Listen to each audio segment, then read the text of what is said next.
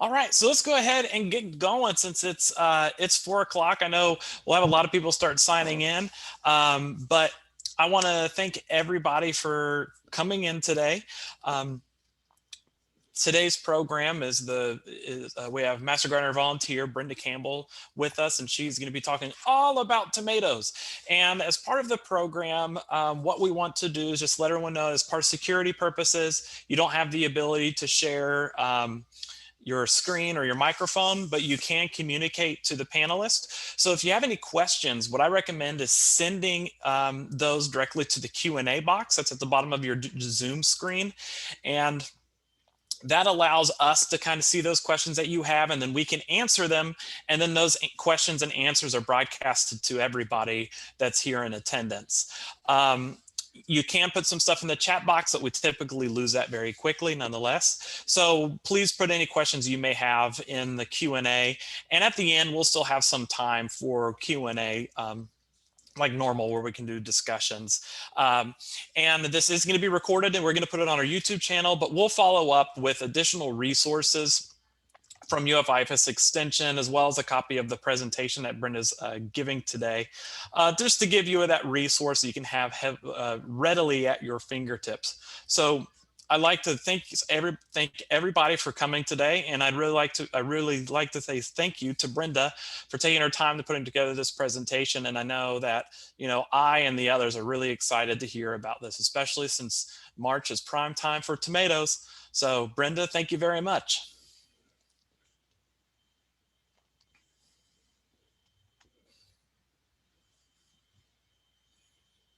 Is it my turn? Oh, yeah. Hi. Hi, I'm Brenda Campbell. I'm a Alachua County Master Gardener volunteer. And today we're going to talk about how to grow great tomatoes right here in Florida. So first, we'll just talk about a little bit of history. Tomatoes were first grown in Peru in the 1500s, and then they went to Europe, and then the colonists brought them to the US. And a few little tidbits. Thomas Jefferson called them love apples. The word that we're familiar with now has its history from Mexico and the Native Americans. They were considered poisonous into the 1700s, and then in the US they started being grown in 1710. And they are a member of the nightshade family, Solanaceae, so they are in the same family as potatoes and peppers and eggplant. Tomatoes are a real important crop in Florida. Up to 40,000 acres of tomatoes are grown in Florida, and we ship about 1 billion pounds of tomatoes to the rest of the US and the world. The main places they're grown are in Homestead and Ruskin areas. So, can we grow great tomatoes here in North Central Florida? Yes, we can. We just have some very unique challenges in our area, and hopefully we will address some of those right now. Because a lot of gardeners, and it might be you, judge their whole garden by how well their tomatoes do. It's a lot of pressure on us. So in order to be successful in growing tomatoes, the first thing you want to make sure is finding the right site for them. They need a lot of sun. They like full sun, at least 6 to 8 hours a day. If they get a little bit of afternoon shade, they're usually good, but as long as they have enough hours of sun. They like to have really well-drained soil. You want to make sure there's not a bunch of roots where you're planting them, like by a tree. And you want to be close to a water source. If you have to carry water to your tomatoes, you probably aren't going to end up with very good success in your tomato crop. And you also want really good air circulation, like maybe not right up against a building or a fence, because as we'll talk about later, we want good air flow to help prevent diseases. And to me, the most important thing about having success with tomatoes in our area is timing. We have to get our tomato plants in the ground in March. Usually March 10th or so is our average last frost date. And so we need to get actual tomato plants in the ground. If you started your own seeds in February, then there should be seedlings ready. If you did not start your own seeds, then you need to buy tomato plants to put in. If you put seeds in the ground now, you will probably not get a good tomato crop before it gets too hot in our area. You can also plant them for a fall crop, but for if you want them for now, you have to have plants in the ground, not seeds. But just keep in mind, when you plant them now, be prepared to protect them from frost, because even though our average last frost date will be over soon, we've still had freezes up until the first week of April, and I remember well. And so just be prepared to protect your seedlings. They're small, they're easy to protect. You could just put a pot over them, a bucket, or just rake up some leaves over it, and that'll protect them enough, because they will not survive. Those seedlings, one night of frost will kill your tomato seedlings, and that's just how it is. If you are running a little late, just check your variety and get one that's more heat tolerant. We'll talk a little bit more about that later, but a lot of the cherry tomatoes are a little more heat tolerant. The other thing you need to decide is what variety you want to plant. There are so many. You might want large fruit, you might want smaller fruit, you might want to grow heirlooms. There are quite a few heirlooms that do well in our area. They're listed here, and you'll be able to refer to this these slides online more. I've grown mortgage lifter, Amish paste, the yellow pear, green zebra, with good luck, brandywine, black crim, and I've had pretty good success in our area with those heirlooms. We'll go a little bit about heirlooms. What is an heirloom tomato? It's open pollinated, which means it uses a natural mechanism for pollination. It's not bred, from humans. It's from either insects, wind, birds. An heirloom usually sometimes has a documented history, or it's depending on the seed company. Some seed companies, if it's the variety is over 50 years old, they'll call it an heirloom. Other ones don't call it an heirloom unless it's a documented history of that plant.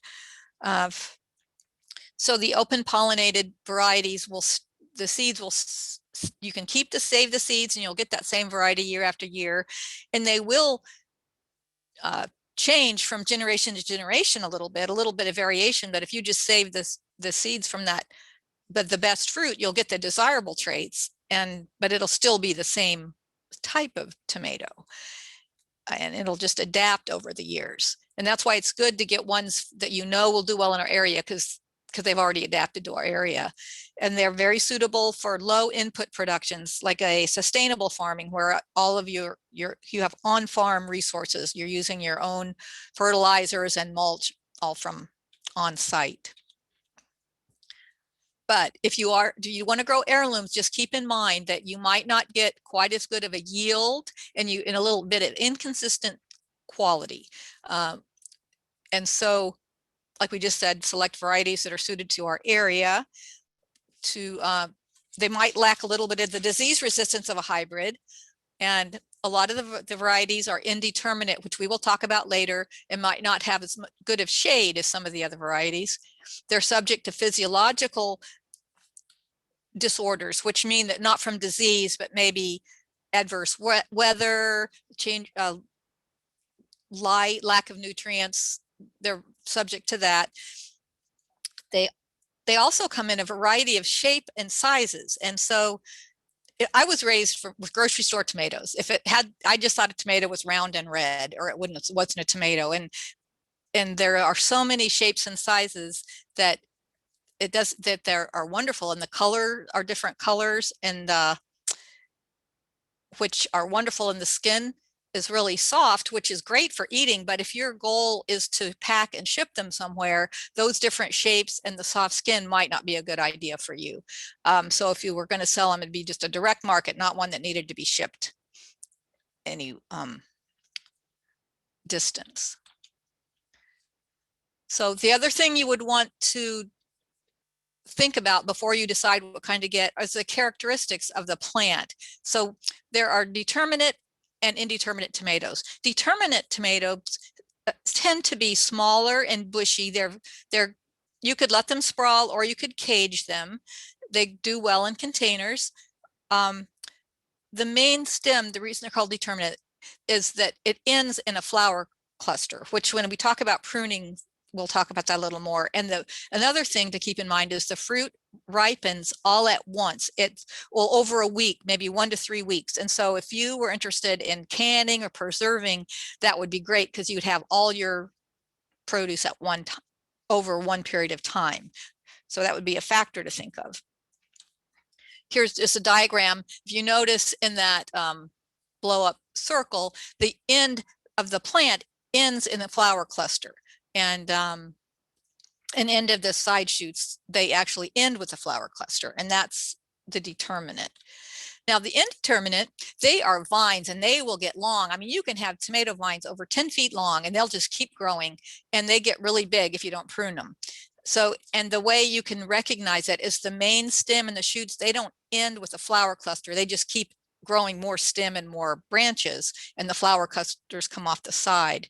And they can be caged or staked or trellised, and they will continue to produce fruit throughout the season. So I like to have determinate and determinate in my garden because I like having a lot of fruit at once because I like to can, but I also want to enjoy tomatoes all the way through the season. And the viney indeterminate ones will keep on putting fruit on until the end of the season. Here's a couple pictures of indeterminate, and they see how tall they get, and they really do get that tall. They'll just keep going. So the way you decide, it just depends on what you want. Do you want more yield? If you want a really high yield, maybe go with a few hybrids besides some heirlooms. How will it be used? If you want to preserve and you want all your fruit at once, pick a determinate over indeterminate. Decide how many plants you want. Usually 6 to 10 plants is good for a family, 2 or 3 different varieties. And then when you go to buy your plants at the store, don't spend a lot of money on a big giant plant that has blooms on it because they're so expensive. And if you buy just a tiny little tomato plant, a couple inches tall, it will grow really fast because now that it's warm, it will grow. So you don't need to spend money on a bigger plant. Hey, Brenda, may I interrupt you with a question? Yes. One of our participants is asking if you can plant 2 tomato varieties next to one another. Yes, because they are self-pollinated, and we would talk about that a little later. That's a good question, but yes, you can.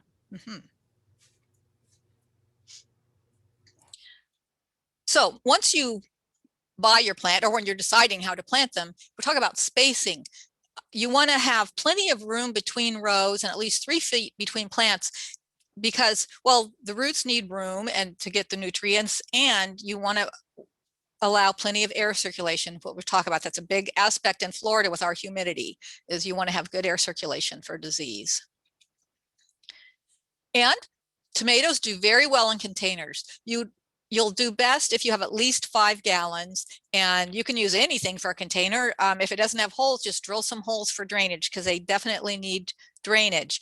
And as you can see in these pictures, even if they're a container, you can still stake them and still put a cage in them. Containers work great.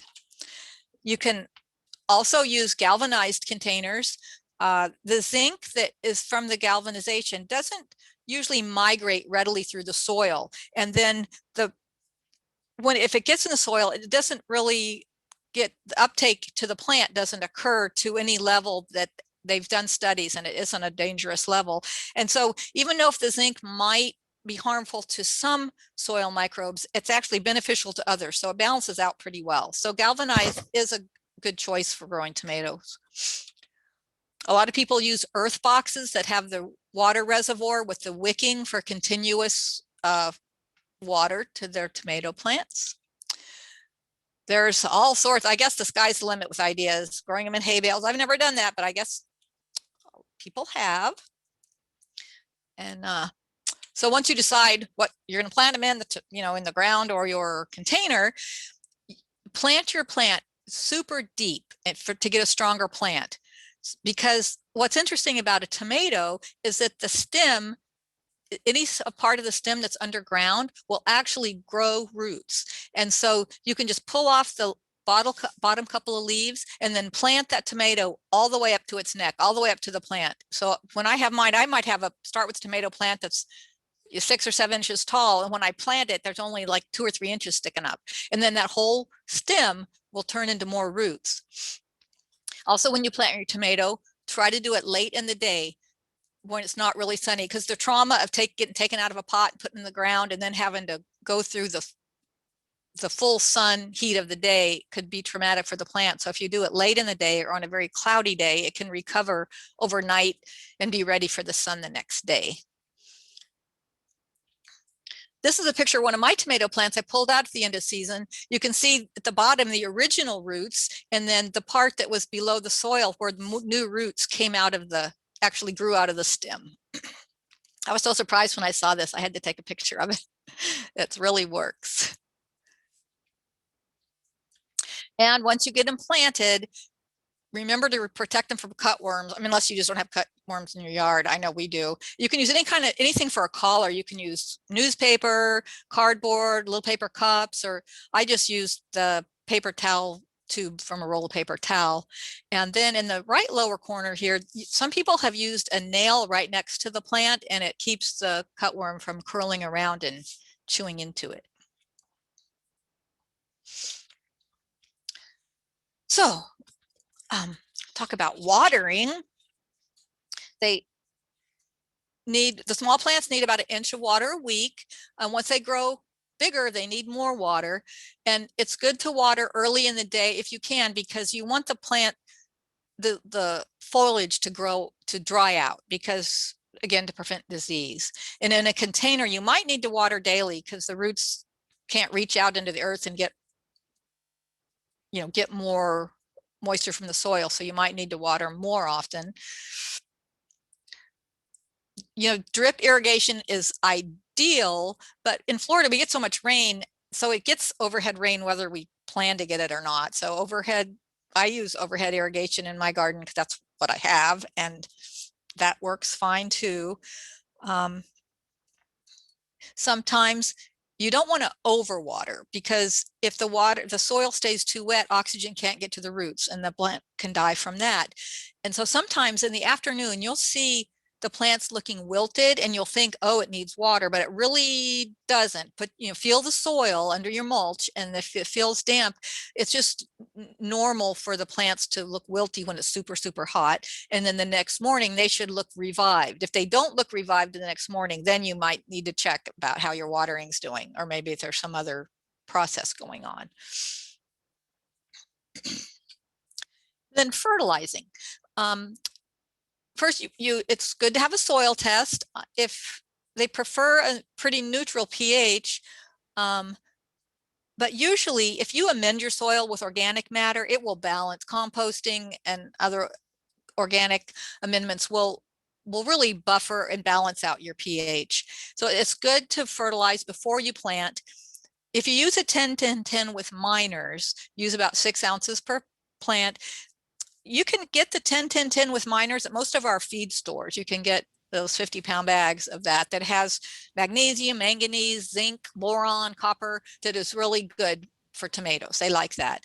Hey, Brenda, yes. We had one question. Sorry, it goes back to the watering. How do you determine that depth of watering when you're doing your irrigation? You can use a raid gauge, or you can use a tuna can, or a small can, because you could just turn your sprinkler on and use a gauge and keep an eye on it that way. Perfect. Thank you. Mm-hmm.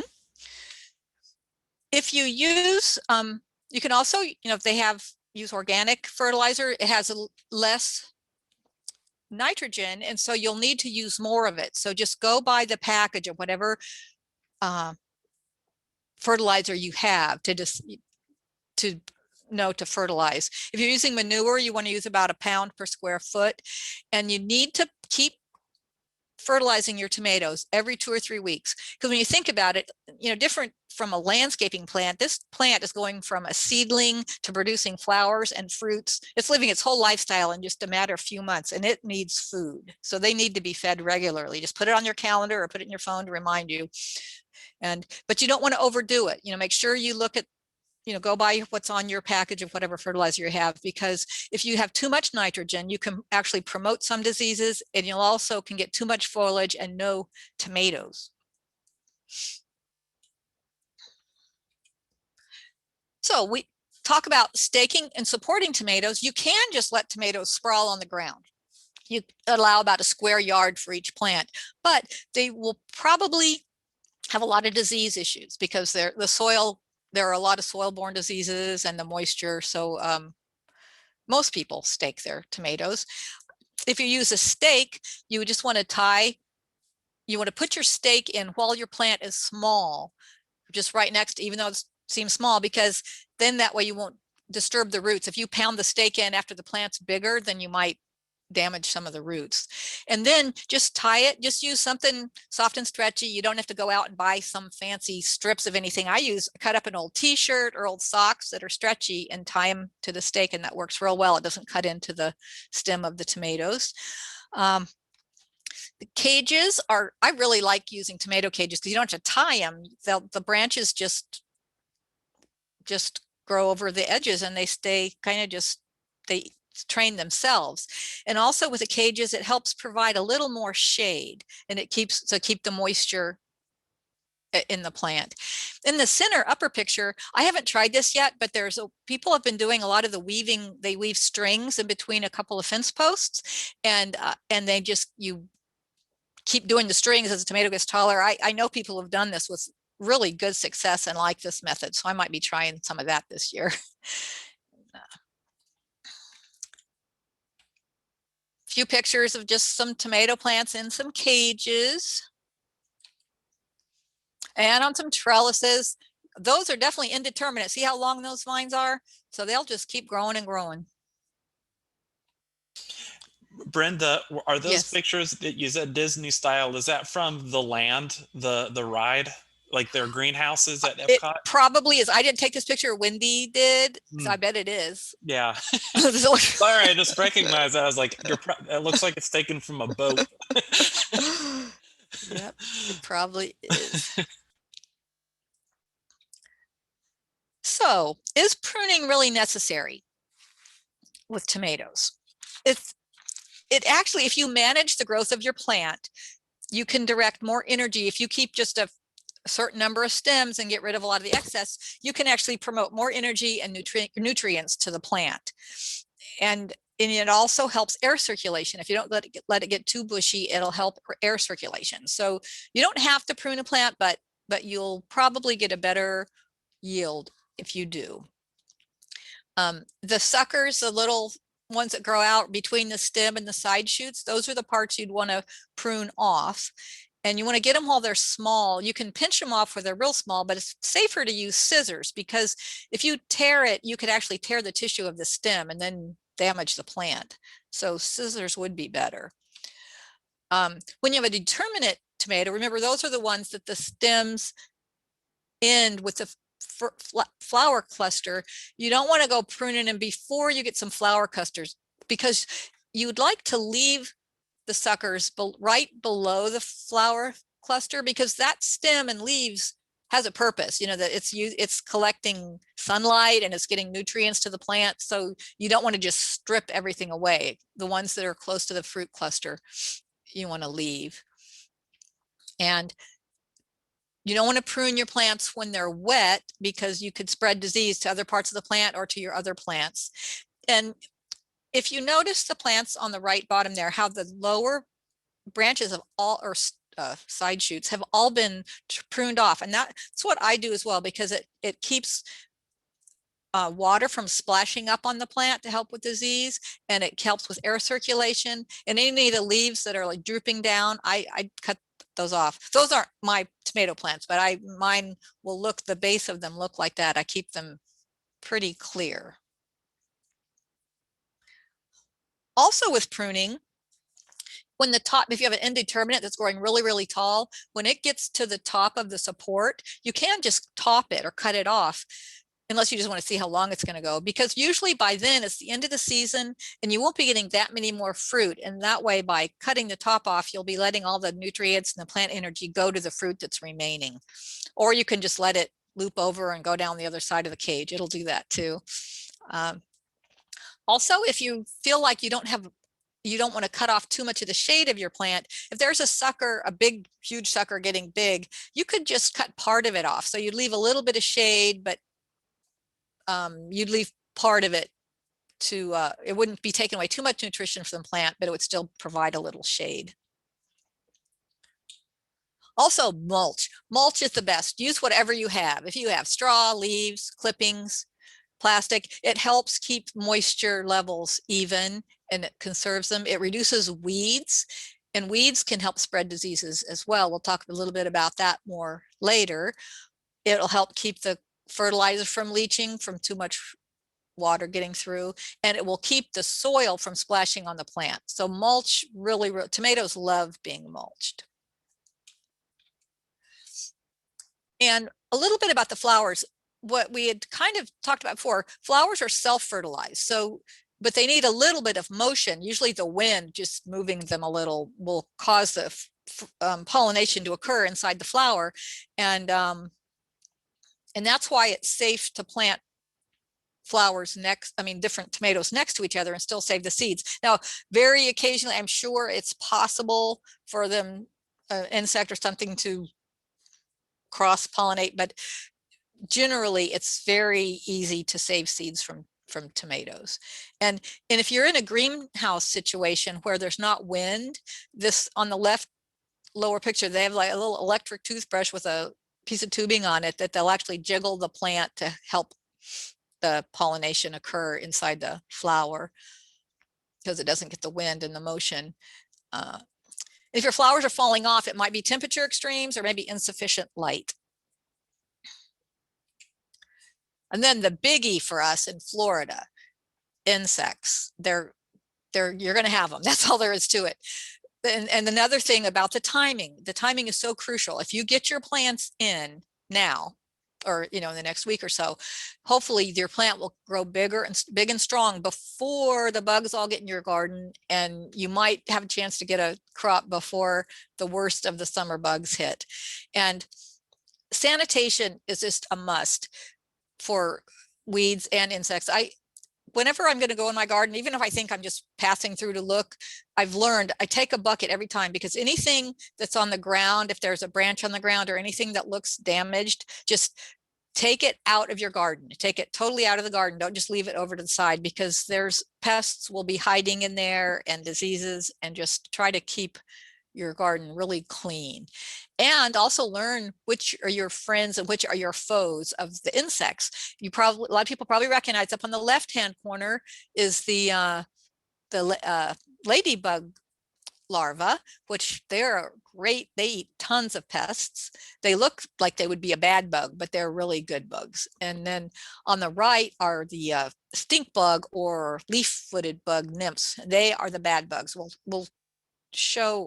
look at those a little bit closer in a minute. In this chart, we won't go into it deeply, but just to see, this is the season chart of insects. And as you can see, the heaviest insect problems are maybe April on. And so that's why you want to get your plants in now. An example, tomato hornworms are we know how they can eat like almost a whole tomato plant, like overnight. They do make beautiful moths, but I guess, they can live some other places in the yard, but you don't necessarily want the larva on your tomato plants.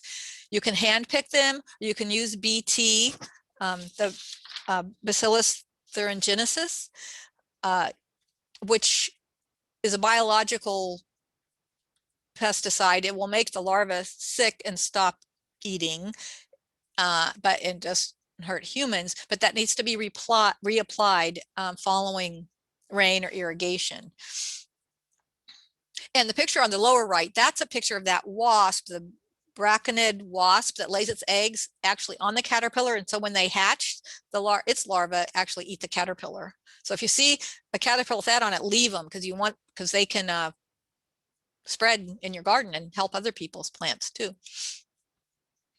Oh, and stink bugs, they are the worst. They're my worst problem for my tomatoes. So learn to recognize those egg clusters up in that your left-hand corner there and smush them if you see those on your leaves. You'll also see those on maybe some squash too. And the leaf-footed bug, they're nymphs. See those orange nymphs up there?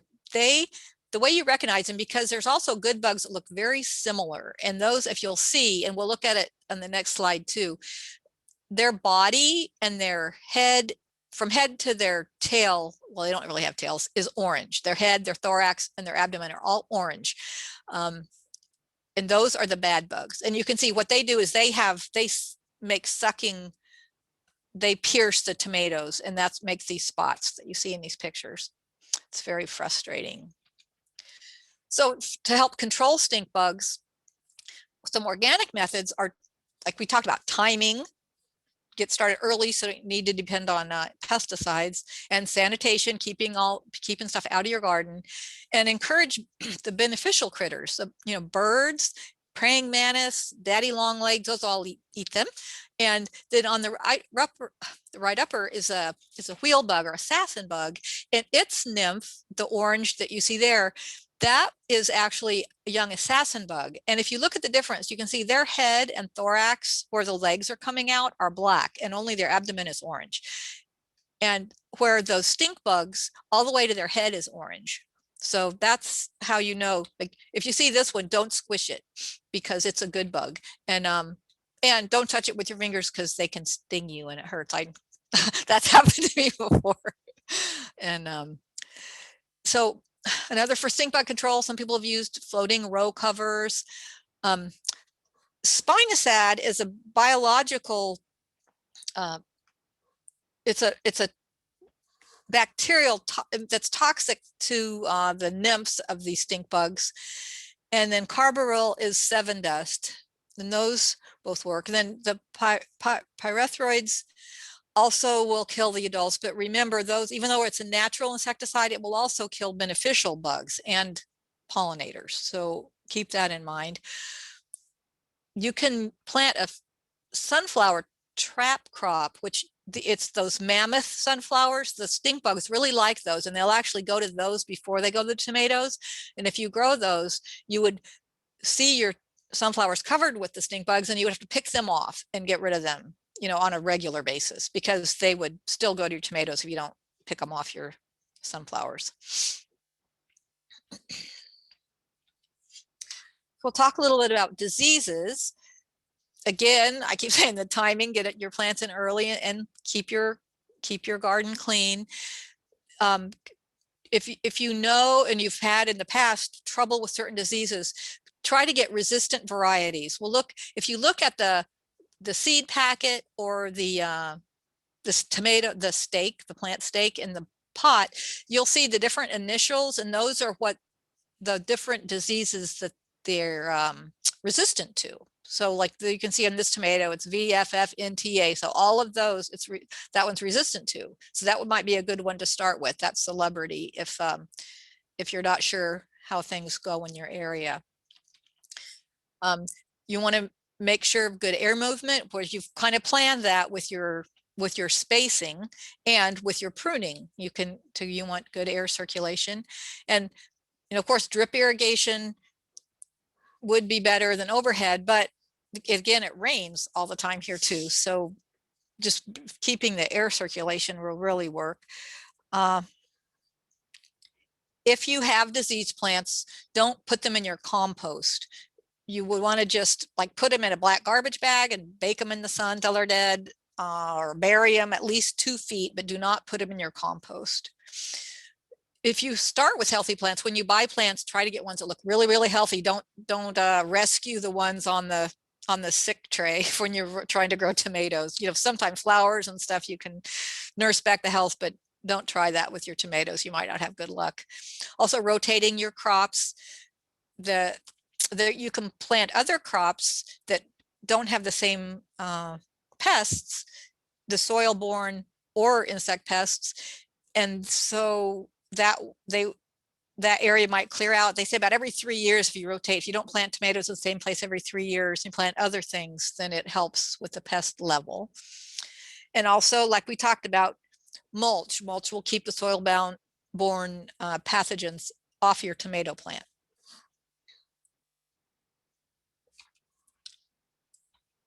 And here again, there's a disease chart that shows when the worst diseases are. And a few different kind of diseases. There's Fusarium wilt. It's a fungal disease that's soil borne, and you have a perfectly healthy plant, it'll just start wilting. And so when you see that, it's sometimes might just be part of the plant. It might be one side of the plant or lower leaves. But you need to destroy that plant and don't compost it, like we said. So to prevent this, if you know you have an area where you have this, then try to get a resistant variety. So make sure it has that F on the seed packet or this plant stake, and use mulch. It keeps the temperatures down, keeps weeds down, because your perennial weeds in your garden can actually host the this pathogen that causes Fusarium wilt. So weeds can actually have it in them when they come back the following spring. And then maintain really good sanitation. Another fungus is the late blight fungus. It also overwinters in the soil. A lot of times you'll see it more after a really wet spring. And fungicides, there's different fungicides. Just use, if you're going to use that, just follow the directions on the label. And if you are an organic grower, the products available might not really work on tomato blight. So really try to get really disease resistant plants if you have trouble with this. Rotate your crops, and hopefully you'll have good luck with that. Viruses, they can be spread by insects or by you. One thing that really affects tomatoes is tobacco mosaic virus. And if so, people who smoke, you can have that virus on your hands. Make sure to wash your hands really well, or don't smoke in your garden. And if you see this, you'll see like stunted, distorted leaves and some with yellow spots. And you just remove the plant and destroy it. Don't try to nurse the plant along. Oh, and I forgot to say, the blight, sometimes when you see these signs, you can, with the fungus, you can try to remove the leaves. If you just see it on a few leaves, you can try removing them and see if you can halt it. But the virus and the Fusarium wilt, you need to take the plant out. Nematodes are they're a microscopic worm that lives in the soil that will eat the roots of the plant. And it's more your plant doesn't thrive. It just kind of is not thriving. So again, you can select resistant varieties. You can solarize your soil in the summer, which has shown to help. And again, rotate your crops, because some crops nematodes don't eat, and so they'll actually maybe leave the area for a little bit, and then once you plant them, then it'll attract them back. But it'll help. Can help. Now we can talk about some non-disease issues. These are issues that they're not caused from disease, but they're still an issue with for physiological issues. So blossom end rot is one of them, and it's a calcium deficiency, but it's not necessarily meaning your soil doesn't have calcium. It means that the calcium has not gotten to the fruit. So it might just be a fluctuation in moisture, and so that it doesn't get carried up through the stem into the fruit. Now it looks like a disease, but it's just that calcium deficiency. So if you concentrate on proper watering, that should take care of it. And it wouldn't help those first tomatoes that have that, but the future tomatoes that form should be better. And you can use a calcium chloride spray on small tomatoes a couple times a week. But if you take care of the watering, and of course, mulching will help with that. It'll help keep them from drying out. Your next set of flowers will do a lot better. Some more non-disease issues, cat facing. It could be from a pollination problem or too hot or cold weather. And the cracking, if the uptake of water if it's suddenly very wet, then the tomato can crack. And that's a big problem with us in our summer. And the high temperatures also affect that. So you can try, irrigation can help, but also sometimes we're just at the mercy of the rain, no matter what you do with your irrigation. Sun scald is another one. It gets those white spots. So to help that, just remember when you're pruning to try to leave enough shade canopy. And if you find you have this problem a lot, if you have an area that's shady, maybe just in the afternoon, remember they still need a lot of sun, but maybe a little afternoon shade might help them. Also, your leaves might curl, and it might just be a water issue or high heat, and see if they look better in the morning, because it could also, could look like a virus, but you'll see if your plant responds to overnight and with moisture. And let's see. And remember that since this isn't a disease, it's only an appearance that's affected, and you can cut those bad parts off and still eat it. So you can still eat your fruit with these non-disease issues. So don't let them totally go to waste.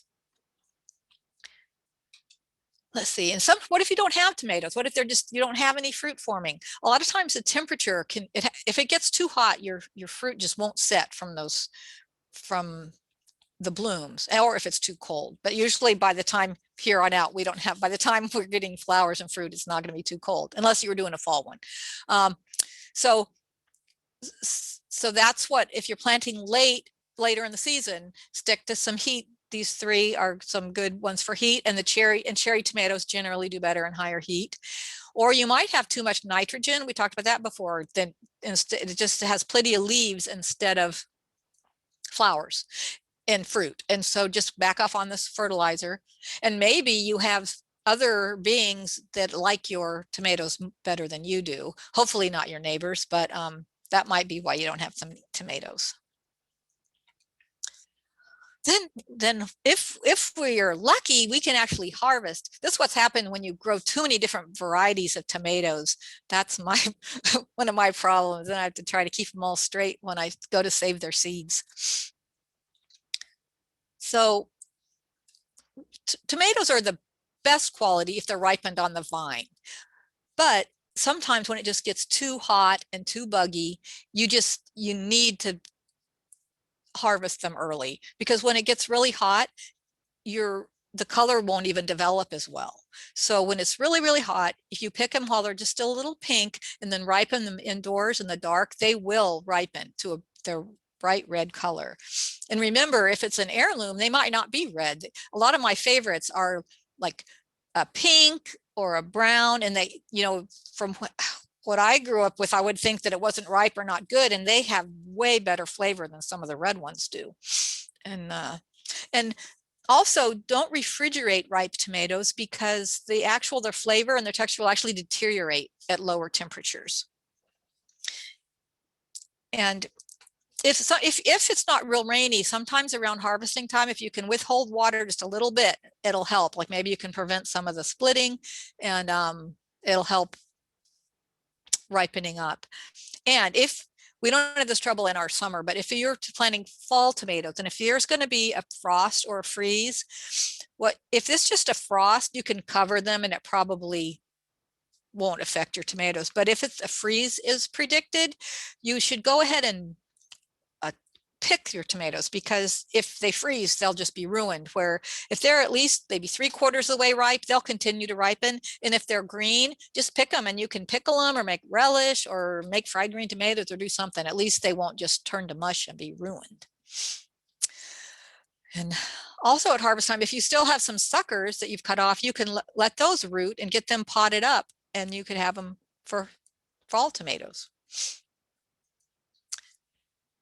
And that was what I had to talk about for now.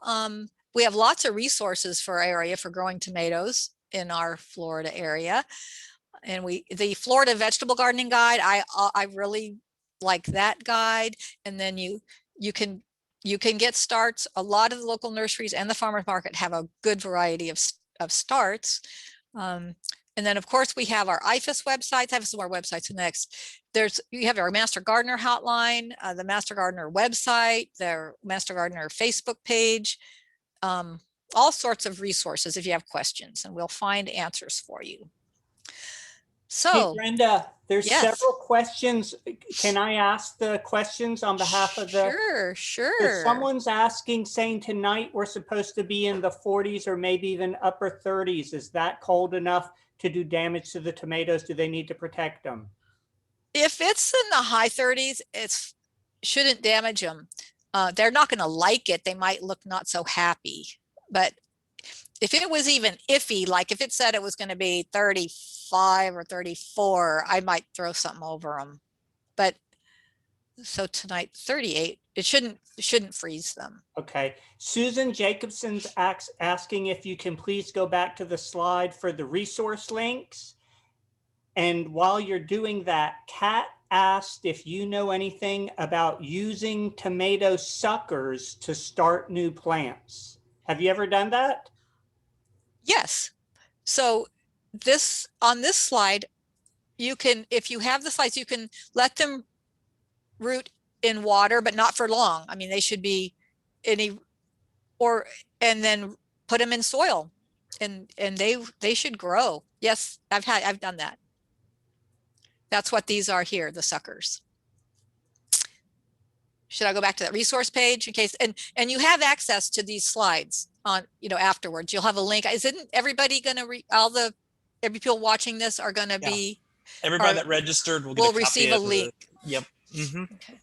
Also, I did want to bring up, because there was a question earlier when you were talking about pruning, and it related to disease or spreading other pathogens from pruning. And this could be a question, Brenda, Mark, Christy, anybody. Can you talk a little bit about the importance of making sure that you have sanitation with like your pruning shears and how it could be an unintentional vector of disease? Yeah, that's a very good point. I have a bottle of alcohol that I have a spray top in. It actually fit the spray, just a regular spray bottle. I had to just cut the tubing off and it fit right on the bottle of alcohol that I clean my pruning shears with I in do the between. same, Brenda.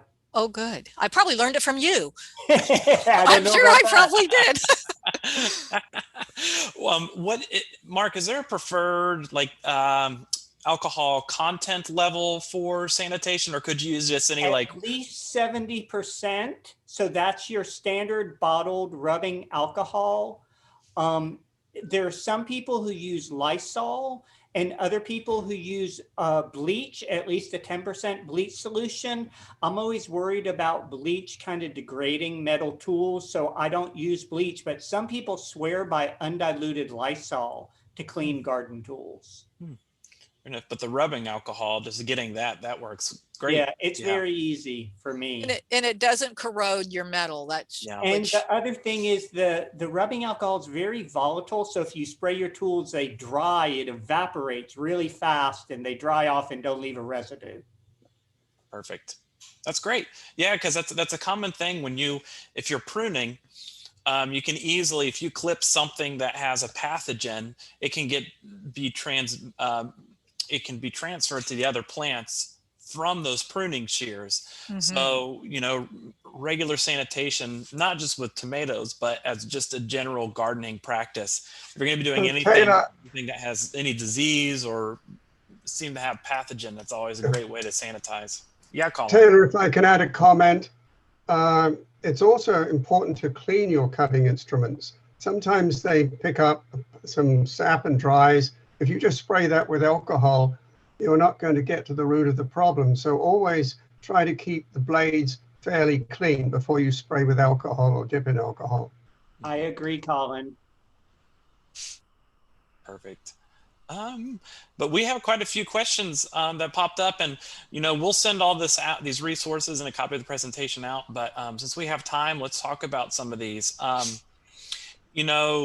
One comment was talking about how when we have wilted leaves, you mentioned that it could be a virus related or it could be pest related. Are there any, or like temperature related? Have you noticed some of the other pests or worms that have caused leaf curl? Because I know some worms can get in there. Now, I'm not exactly sure, what it is, but essentially that can be a stress response from a lot of plants is when they are being impacted by some pest, the leaves will curl up. I know, because I know, I'm trying to think of tomatoes. I know I've seen in other plants like beans that the leaves curl around, and when I see it curled, I usually squish. I usually look in there to see. Yeah, well, or I look first and look because yeah, I have found that. Not necessarily. I'm trying to think of in tomatoes, but anyone, Mark, have you ever seen it on tomatoes?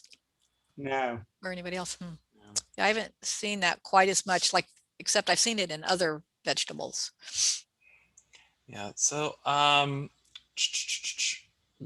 for containers, I mean, we could talk all about, there's a bunch of cool things in here that we could talk about. So talking about containers, so you mentioned containers. Do you have a preferred soil type for when you are gardening or putting soil in a container? Do you just get like a general garden mix from the store, or would you recommend a mix that you can make yourself? I use a garden mix. One of my goals is to make my own garden mix. I quite haven't gotten to that yet, but so I'll use potting soil. What about anyone else want to chip in with what they use? So I tend to go with a bagged mix because I know that it's sterile, that it's actually been pasteurized. So I'm starting off with a clean slate, and then I'll amend it with either peat or some really good compost. But I'm always a little leery of just like a mix that I've made myself, because I never know, have I gotten my compost hot enough? Are the pathogens that I'm starting off with things already in the soil that are going to spread onto my plants? With the big pots, I usually fill about half with my own compost and then use potting soil at the top. And that seems to work very well for me. Yeah, and Mark talking about temperatures and pathogen control is really important, but it seems that, having that good organic matter content is essentially what's going to be the most important part of having a good soil. So you can just buy a general garden mix, or you can do just a general mix, like the Mel's mix someone put in here. It's like that equal parts peat, vermiculite, and compost. That's just a common mix. Peat can be unsustainable, and I think coco coir is a good substitute for that. But I know that can be expensive nonetheless. Hey, Brenda, Sharon's asking if you can go back to your slide that shows the different varieties again. Sure. I think. So I think this is a really good question. If you need help going back to that. Okay, yeah, you got it.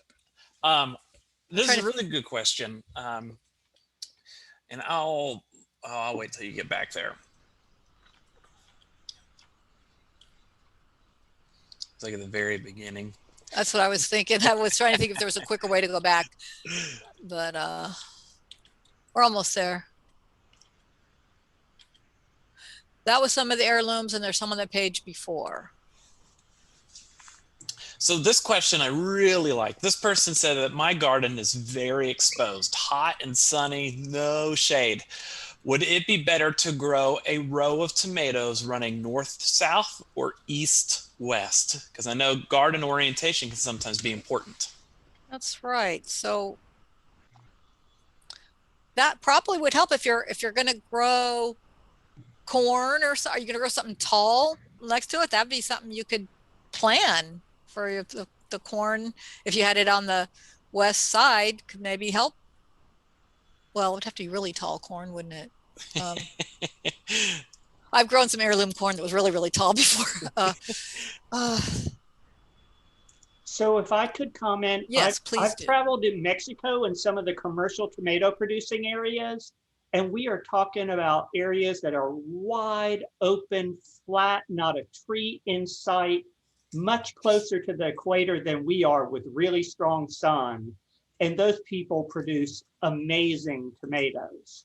So I really don't think there's such a thing as too much sun or too much heat. I think it's about managing moisture so the plants can withstand it.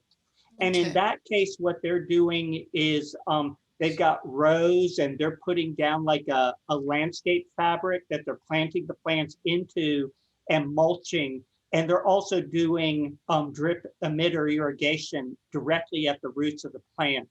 But tomatoes, I think, are really adapted to very strong sun and should be able to thrive in a baking condition as long as you can manage the moisture. Sounds good. Yeah, moisture is the most important for tomatoes. And I mean, you've hit on that throughout the presentation. One question that then now popped up is the floating cover. So you mentioned that floating row cover in your presentation. Can you give a little explanation on that? I have never used that.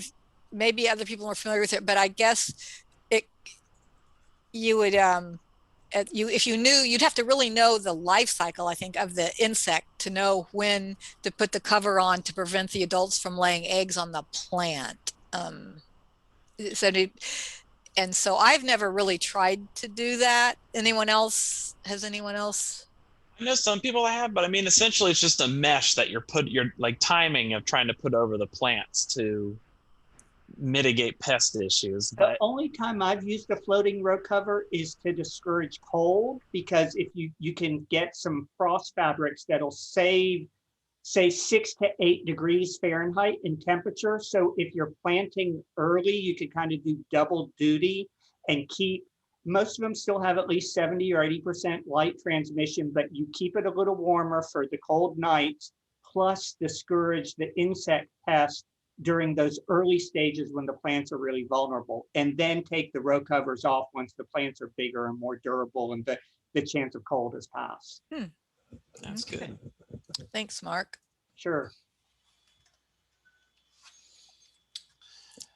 Are cutworms as problematic in containers as they are if you are doing tomatoes in ground? I'm not positive, but I would think not. I don't use containers. I have a little bit in the past. I didn't have cutworms then. I do have cutworms in my garden. What about Colin? Don't you use a lot of containers? Do you ever have cutworms in your containers?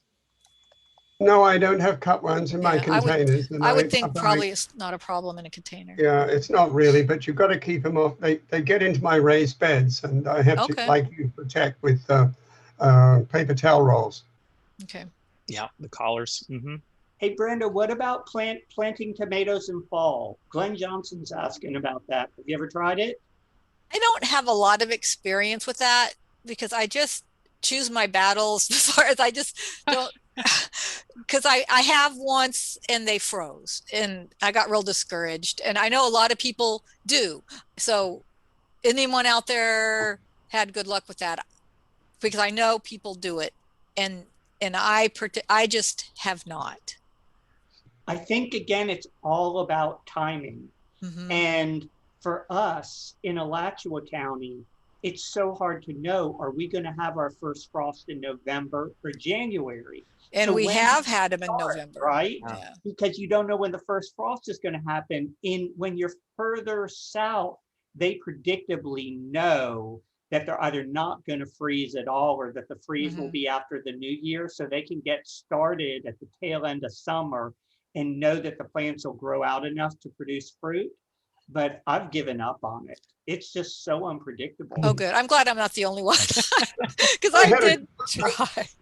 I had a great crop of cuttings from last August, growing great into October with lots of green fruit.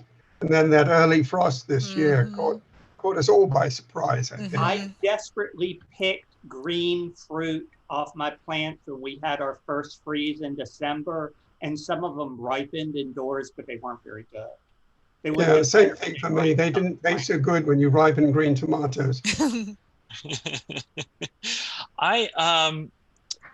There's a couple other good questions. What is that, like, cold temperature?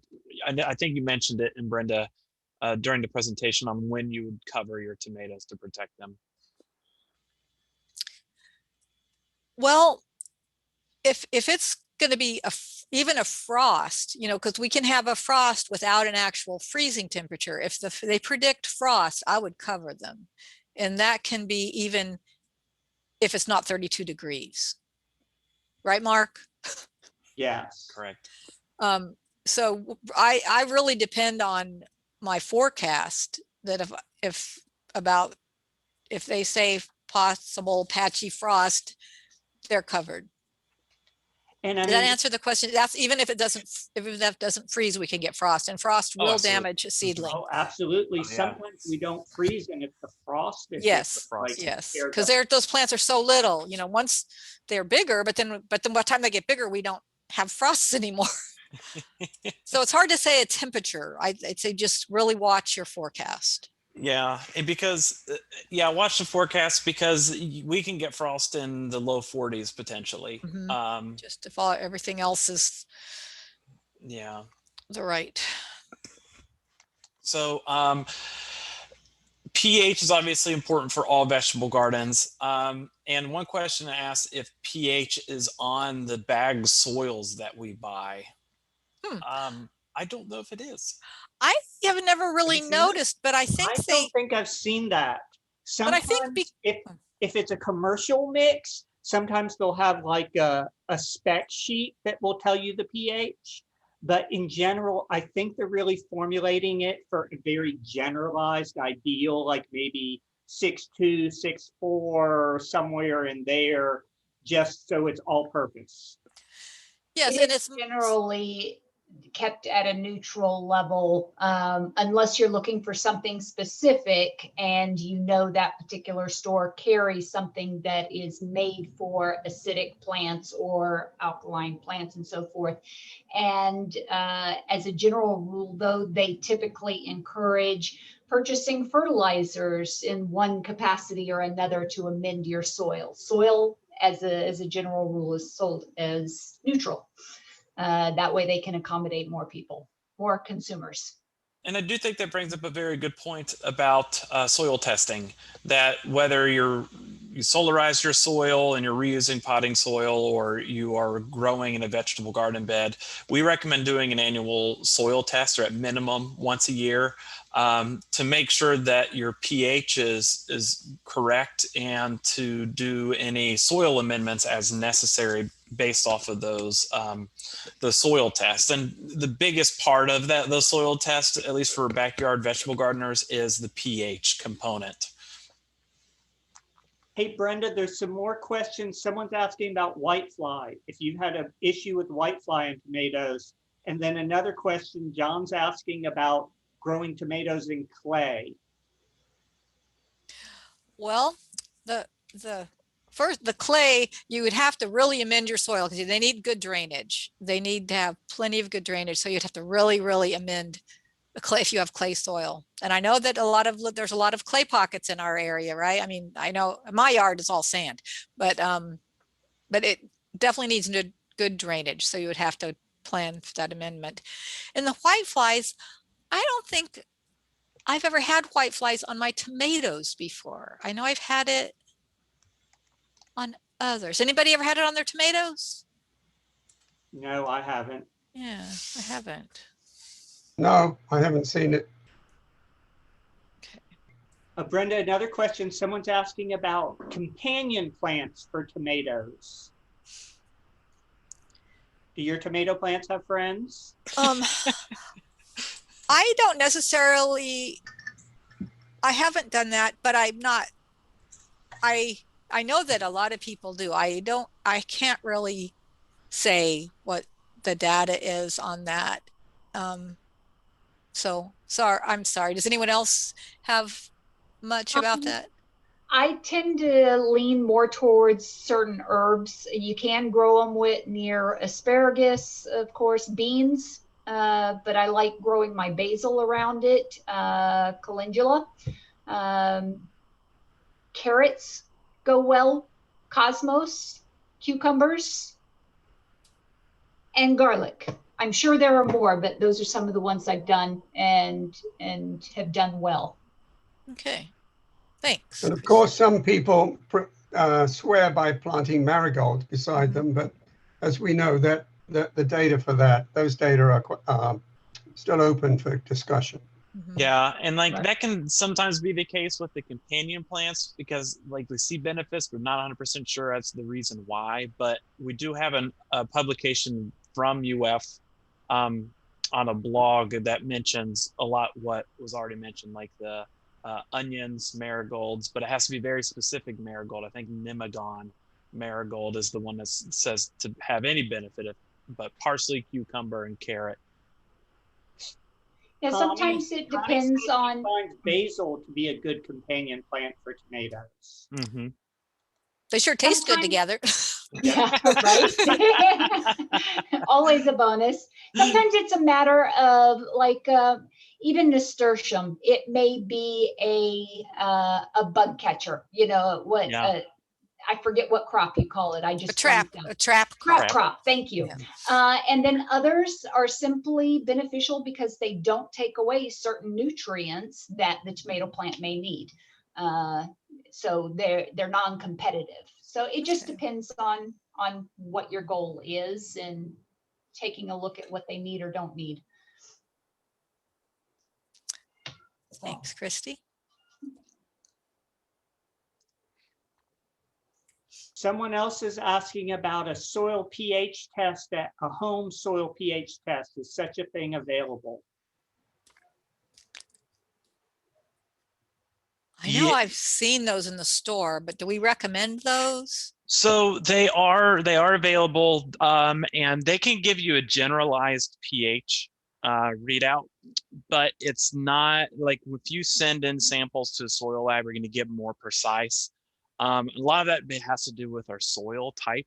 The sandy soils require a specific soil analysis procedure or methodology to get more accurate and reliable results. So yes, you can do an at-home test. It's just not going to be as accurate as if you would send it into a lab.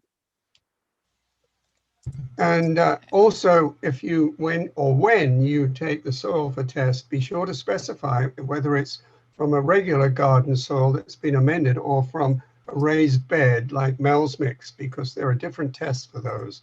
Oh, okay.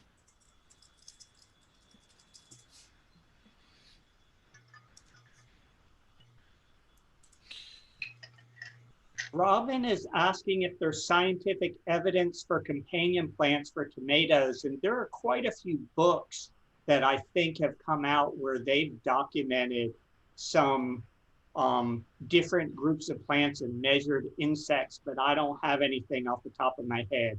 You'd probably just want to go search at the library for a book on companion planting, but I do think there is some scientific evidence to support it. Yeah, because some of the things I read is very confusing a lot of times, like what Taylor was saying, that one type of marigold, when they do one study, showed one thing, and then with a different variety of plant, it showed something else. So it's really hard to make a recommendation because of that. But some people, if you just want to try it, it certainly isn't going to hurt. Yeah, it's not going to hurt. Yeah, and it might work for you. So there are different types of companion planting. There's companion plants that may actually act as trap crops to keep the insects off your whatever your desirable plant is. Or there may be things like aromatic herbs that may actually be smell strong enough to discourage plants from alighting in your garden bed. And then there are other things like that Nemagard marigold where you're actually supposed to till it under, and then it's going to help discourage soil-borne pests. So I think there's all different types of companion planting, but I know companion planting was something that Native American people did traditionally quite a bit. And part of it was a combination of managing light, like you talked about with corn, and also providing structure for like beans, the beans, taller plants, and the beans for the nitrogen fixers for the corn. Probably a component of letting things die in place and then tilling them in to add fertility. So there's like multiple levels of benefit that can come from different types of companion planting. Yeah, and that was called that's Three Sisters planting. Yeah, exactly. Yeah, which is really cool management. Yeah, so maybe companion planting is just a bad term because it really can be, or it's just a very broad term that maybe can be defined in so many different ways because it can be related to just management decisions. Brenda, we've got several questions about buying tomato plants, saying aside from the big box stores, where do you suggest buying plants? And are there any places to avoid when buying tomato plants? Know about avoiding this farmers market has great selections of plants, of seedlings. I would recommend that. And the feed stores, if and the local nursery, if you go to local nurseries and the local feed stores, you'll see a real good variety if you're trying to get away from big box stores. Anybody else have I don't know of anywhere I'd say avoid for tomatoes. You know, sometimes the big box stores, if you're trying to get fruit trees or something like that, they don't necessarily sell what grows here. But tomatoes, I've never had a trouble with a variety of a tomato. But farmers markets and local nurseries definitely will have really some good varieties for you. Yeah. I agree. Yeah. Marvin and Kathy, who sell at the Highway Patrol Farmers Market here in Alachua County, usually only sell the same varieties that they're planting out in their fields. So they're familiar with the things that do really great here in Alachua County. So I always buy plants from them because I figured they've tested them for me. Yeah. They're not going to plant them if they're not going to do well. Yeah. There's a question in the chat box that relates to compost and the concern of they'll use like coffee grounds and they'll add them into their compost bin, and if that would be alarming or too much nitrogen. I don't know if the coffee grounds would add too much nitrogen, but I guess the biggest indicator is if there's an excess of nitrogen in your compost pile, you'll have odors.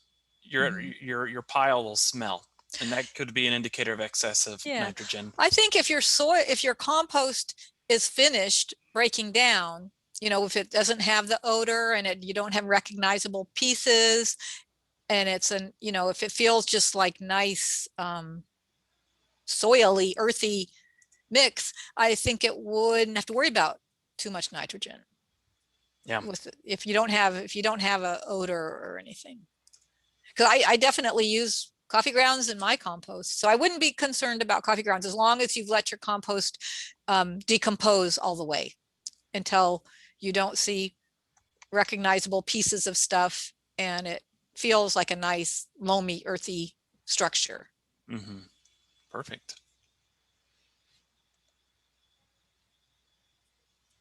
John Hicks is commenting that earthworms seem to be attracted to coffee grounds, which is a great thing. Ah, so they like coffee too. So we did have one question that popped up about caffeine in coffee grounds.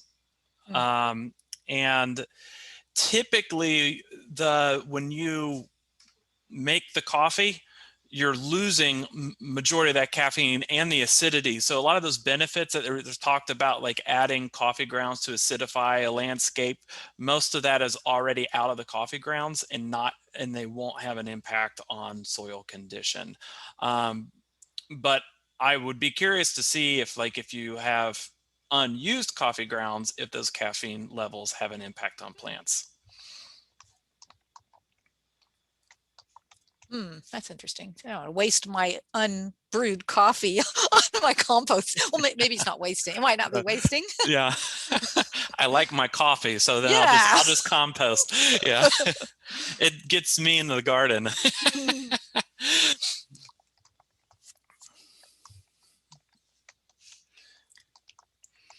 So let's see. Have you ever grown the Everglade tomatoes? Oh yes, that's not even on the list, is it?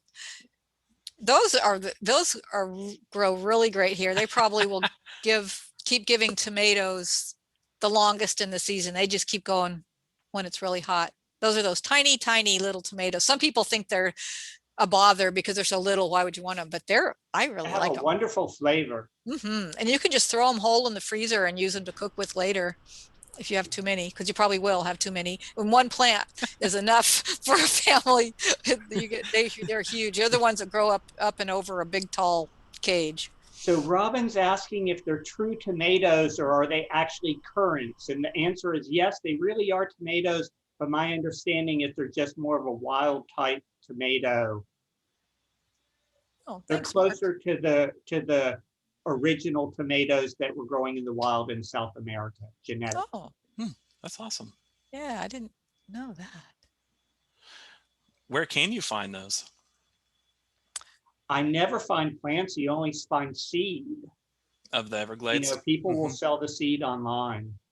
Okay, I've never looked because I got them, just somebody gave me some seeds and I started them years ago, and I just keep growing them every year. Sometimes you'll see Everglades tomatoes sold under the variety name Matt's Wild Tomato. So like a lot of northern nurseries, they'll sell it as Matt's Wild Tomato. But if they say it's like keeps going through the summer and that it's like a vine with really small fruit, that's it. Oh, Yeah. okay. It's been very difficult getting seeds this time of year. I mean, there's been a huge seed shortage. On seeds. Yeah, so it's been pretty tough to find the ones that we want. So if you can get starts, it's great. If you're starting seeds, we have local retailers like the feed stores will have some, Grow Hub, they have some, Seedsville, I don't know if they have any starts. So those are all resources here locally that you can easily reach out to. It's kind of late to be getting things started from seed now, but I find there's one place called Totally Tomatoes that really focuses. They got a big catalog and it's just variety. Yes, I get that. And so it's kind of fun to go through to see what they have, keeping in mind the IFAS recommendations. And then Pine Tree Garden Seeds usually has a really good selection of tomatoes. I've used them also. That are relatively inexpensive. Yes. But again, like you said, if you haven't started tomato seeds right now, I would not plant tomato seeds right now. I agree. Buy just the plants, and then next year plan to start, plan ahead and plant your tomato seeds the first week of February, and then you'll have plants by the middle of March. May I add a comment here with regard to variety? For several years now, I've been growing a cherry tomato called Tumbling Tom, which you can find online, and I grow in hanging baskets, and it does very well in that, and they come on very fast and very early, and you can get them in red and yellow, and they are great in salads. Oh, that's good. Tumbling Tom. I have to remember that one. And I have them, and I have them in hanging baskets and a drip watering system for them with added fertilizer as the water gets added, and they do very well. Great. Brenda, another question in the Q&A. John is asking about using chicken manure on tomatoes. Have you fertilized with chicken manure? I have, and I over nitrogened my tomatoes. So now I compost my chicken manure. I've been experimenting with that, and I'm not doing the best at it. So now I put my chicken manure in my compost because I burned up my tomatoes with it. And I thought I had done it early. I thought I had worked it in the soil and let it really, like ahead of time, and they still had all the signs of over nitrogen. But anyone else have any comment about chicken? That's just me, and I'm just still learning about that. Yeah, you're on par there. Compost. I was taught and did the same when I was living in England, that you had to compost your chicken manure well, but it was an excellent source for tomato plants in particular. When just asking how to compost chicken manure. I'm sorry? When Singh is asking us how we compost chicken manure. Oh, I put it in my compost pile, like with everything else, with my kitchen scraps. When I clean out my chicken coop, I throw it in my regular compost pile, mix it with the leaves or the whatever else is in your compost pile. Mm-hmm. Yeah, the veterinary literature also recommends not to use it directly for a variety of reasons. It's best, as Brenda said, to add it to the compost and let it mature like every other form of manure. Mm-hmm. So you have to worry about pathogens in the manure if you just put it directly on your plant. No, If the temperature gets right, it matures, you're absolutely fine. Okay. Mm-hmm. So, all right. Well, that's all we have. I put in the chat box a few times. I think I can repost it. We have the follow-up survey that we encourage everyone to take if you haven't done so yet. But Brenda, I want to thank you very much for taking the time to do this presentation. This is a wonderful presentation. It was a great program, Brenda. So, and thanks for all you Absolutely. guys helping.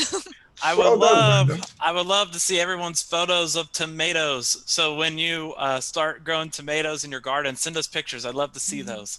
So then we can show Brenda to show her how good of a job she has done. It was very nice. Thank you. So, well, thank you all very much. And we'll see you all next time.